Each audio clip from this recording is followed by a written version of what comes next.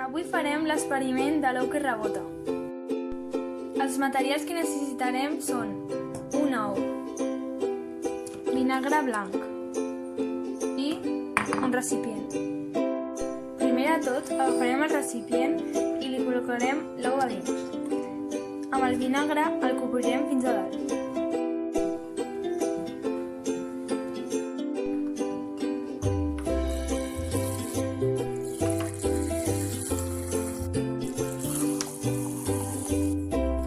Ja va faltant menys.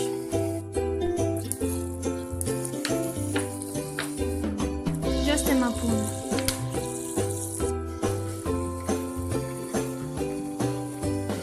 I ja està.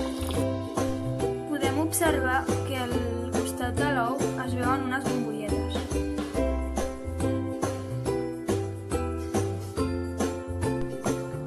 Ara el taparem i el deixarem aquí reposant durant 3 dies. Heu de procurar que no estigui un lloc on li toqui molt la llum. Nosaltres el deixarem aquí i per si de cas el taparem amb un drap. Adeu! Hem pensat que mentre esperem l'experiment de l'ou, començarem a fer un altre experiment. Farem l'experiment de la tinta invisible. Per fer aquest altre experiment necessitarem una llimona, bastonets, un recipient per posar el suc de la llimona i un full de paper. Traurem una miqueta de suc de la llimona i el col·locarem en aquest plat. Jo en aquest cas he utilitzat un plat, però es poden utilitzar altres recipients. Agafarem un bastonet i el sucarem al suc de llimona. Quan ja el tenim ben sucat, escriurem qualsevol cosa en aquest full de paper.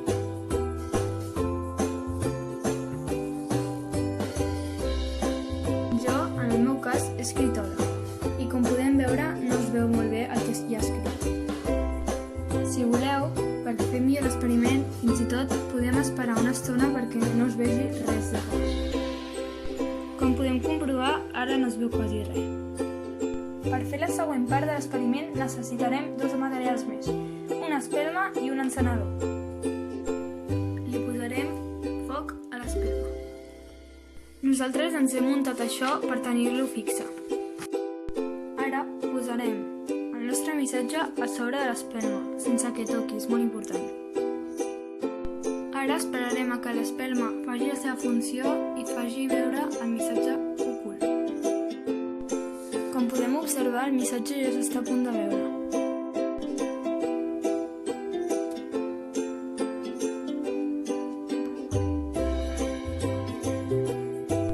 I ja hem acabat.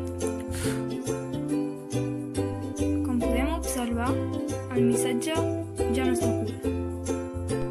I ara ja podem veure perfectament que hi posa hola. Ara us explicarem per què ha passat això. Com que la llimona és àcid, quan la mullem i la posem al paper es debilita.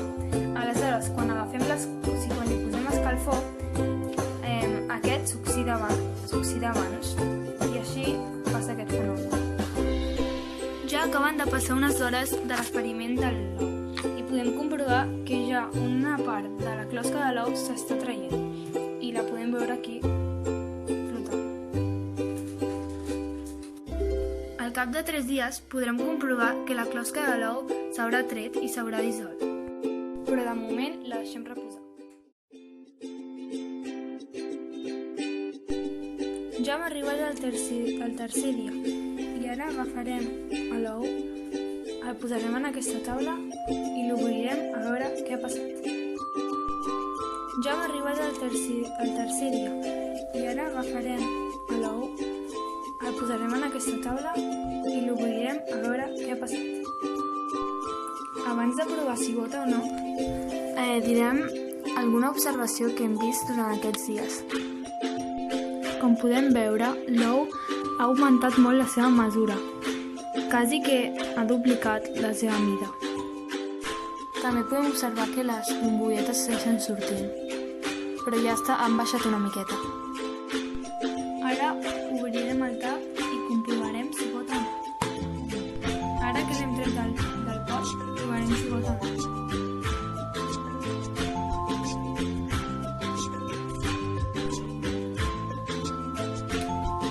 observar que l'ou s'ha fet com de goma i la clara s'ha tornat més dura per la reacció del vinagre. I també que la closca s'ha dissolt completament també per la reacció del vinagre. Si ens fixem bé, es pot veure una miqueta el rovell dins, una part més taronjosa. Acabem de trencar l'ou per veure com era per dins i podem comprovar que aquí hi ha una part de l'ou, aquí el rovell i aquí la membrana que cobreix també l'ou per dins de la closca. Ens ha agradat molt el resultat, així que el recomano provar a casa. Ara hem tingut curiositat per trencar el rovell, així que és el que farem.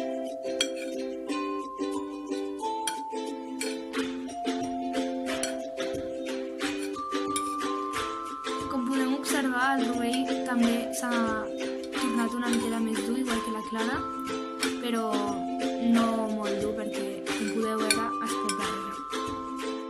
I això és tot. Moltes gràcies per veure aquest vídeo.